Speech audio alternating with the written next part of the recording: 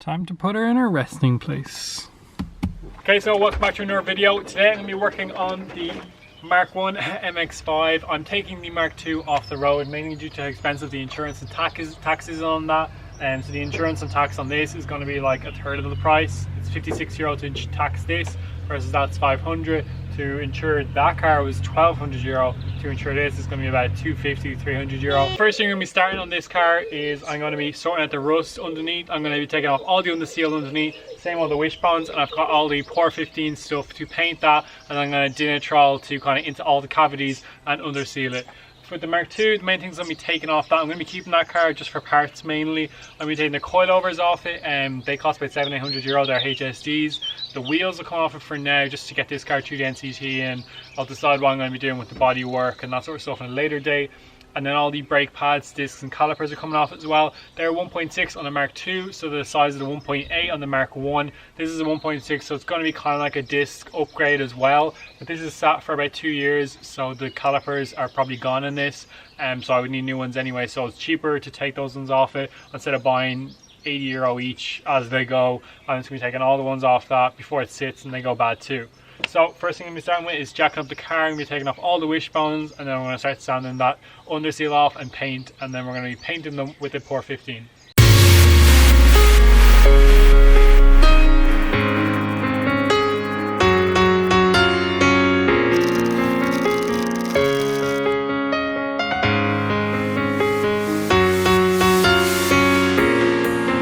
Okay, so I'm back on day 2. This video is actually going to be a bit changed. I'm not going to be sanding anything down this video. I'm not going to be painting anything. I'm going to be going a little bit further with it. So I've taken off everything. I'm kind of hanging on the drive shafts right now, but I'm waiting on a wheel hub separator for this. But I'm going to go ahead and drop the diff and hopefully the subframe at the back. And then up front, what I'm going to start right now is I'm actually just going to take all this apart. And same again, I'm going to leave the, the hub thingy that I need the tool to get that off. So that's going to stay. But I'm basically going to strip as much as I can. All the roll bars are going to come off as well. So this video is basically going to consist of me taking off as much as I can. At the moment, I stripped out the boot as well. I just took out the rear struts. The boot is actually pretty good rust wise. This down here is all a lot cleaner than the red MX5 was. Just a bit of surface rust in here where the battery sits. And yeah, everything looks okay. Underneath here where I've taken off most things, the sills definitely need to be done. Actually, I've actually popped out the plug on this side. This is just one part of the sill, and you can see a fuck ton of rust in there. And that isn't even at the back. So the back part is actually usually the worst. Sills are definitely gonna have to be done on this as well. I knew they'd have to be done, like I tell you, in my opinion, they have to be done on every MX5 if they haven't been done before. Because you're always gonna have some sort of surface rust in there. At the moment on mine, there's like 1 or 2 bubbles at the back where you can see it's gone all the way up. So I think it's going to be just the outer section here and the other section here. Hopefully it needs to be replaced all underneath. And then everything underneath, like the wishbones and stuff, I'm hoping that I can sand off.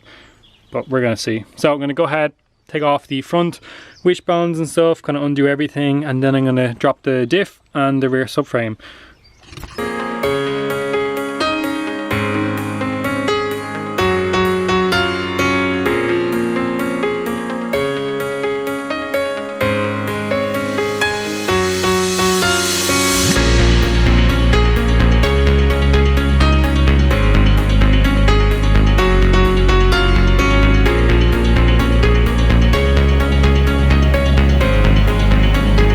All the bolts I think I need to take out. It hasn't really moved much, but hopefully it's because this is on it, and hopefully it's rust.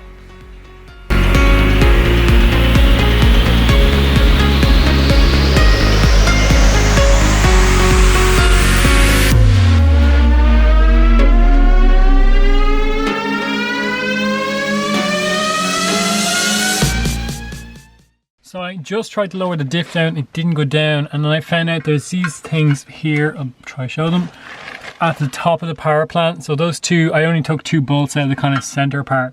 That's the bolt you can see hanging down, but at the top, up there, is a little kind of, it kind of has treads in it, it's kind of what it treads it into, but I had to put the bolts back in and hammer them from the bottom to get these to pop out. So there was one on this, there was one for either bolt. They were basically holding it in, and then there's a third one, that little kind of piece hanging down to the right of the bolt. This here, this has to come out as well. Apparently, actually I can see them there, it has little grooves on this side to get a little chisel in and kind of pull out. so the diff kind of holds itself in even without the bolts.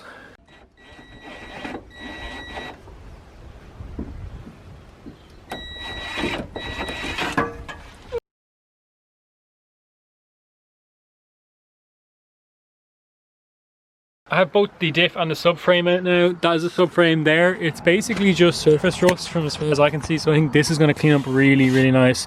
And this is the reason I wanted to take it down, because I wouldn't be able to get this side if I just kind of sanded it all on the car. And then the diff is out as well. I think it's kind of an aluminium or something on the back, and then the casing in the front must be some iron in it because it's all rusty. For taking in the subframe, it was just, there was 2 studs on either side and there's 1 bolt that goes up. I broke this stud, but hopefully that's not too hard to repair. I'm thinking I can just take it out from the other side and put a new bolt down and nut, hopefully. And then it was the same on the other side. Underneath here, it's not incredibly rusty, just a bit of surface rust. Same with the heat shield at the back. Nothing crazy. The sills are terrible, but I'm looking into what I'm going to do about that. So this video is basically going to end with me taking out all the interior. That's going to be basically everything stripped out as far as I can go. I have the rear subframe out, the wishbones back and rear did. I got the hubs off the rear wishbones, but mechanics after taking them, my girlfriend's uncle's mechanic, he's after taking them because he needs to press out the hubs to get bearings and stuff out. He said it was really, like, he had to get a hydraulic. He had to use a hydraulic hub separator to get them off, but there's some other pieces inside he's going to press out using his hydraulic press, so that's handy that he's going to do that for me. And then I'm not sure whether we're going to sand these in the next video or whether I'm going to get them sandblasted. I don't know yet. I'm going to look it up, look at it, see what's going to cost, see how much, because I do have a lot. I wasn't planning on dropping the subframe and the diff and all this, so it's quite a bit more than I thought it was going to do. And I'm going to be sanding the hole underneath. I'm not going to get that sandblasted because I can't afford to get the car brought away. So I'm still going to think about it. So next, what I'm going to do is, because the sills may be replaced here soon, I'm going to take out all the carpet pieces and seats. So I have access to kind of holes and stuff for cavity blocking, which I'll be doing in the future after I sort this rust out. But yeah, at the moment I'm looking to see how I can do the sills myself. I've done them on the Mark II before. I'm sure people have seen that video before, but I want to do this properly, and there's quite a lot more to do on this. It needs like a full sill replacement, like with the other Mx5. It was just rusty here, as this has had like a dodgy job done before, and I just replaced the outer sill panel here. But this is like this back panel here. I know you can get a piece for it, but the lower piece and all is gone as well, and outer, so it needs basically this panel, the fender panel, and it needs this back panel, and then probably some metally pieces on the inside that need to be fabricated yourself.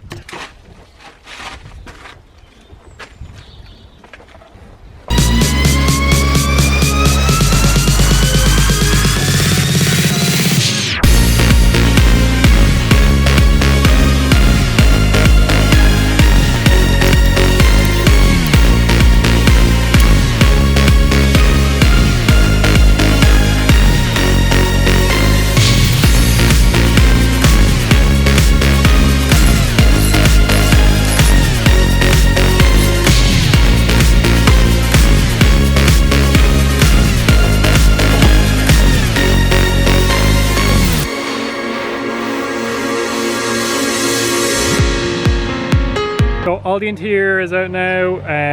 It was really wet down here where the what you call like sound deadening material is. I took it out both sides. The floor is fine because it's paint on the inside, but this is where the ECU sits. I'm presuming this ECU is okay because the car drives, but this is rusted to shit. Oh god, I'm not even going to unbolt it because, actually no, maybe I do have to unbolt it. Okay, I'm going to unbolt these and then I'll take it off. Okay, so here we go. Oh, that is lucky that it is just above that. Wires have been sitting in a little bit, but the actual ECU itself looks fine. Definitely going to move that up higher. That shouldn't be sitting that low. I wonder how many people have had like ECUs go bad because of this. Like, that is just completely rotten. I don't know what that metal beam is underneath. Hopefully it's not part of the floor and it's just part of what the metal frame kind of screwed into. Fuck me, that is bad.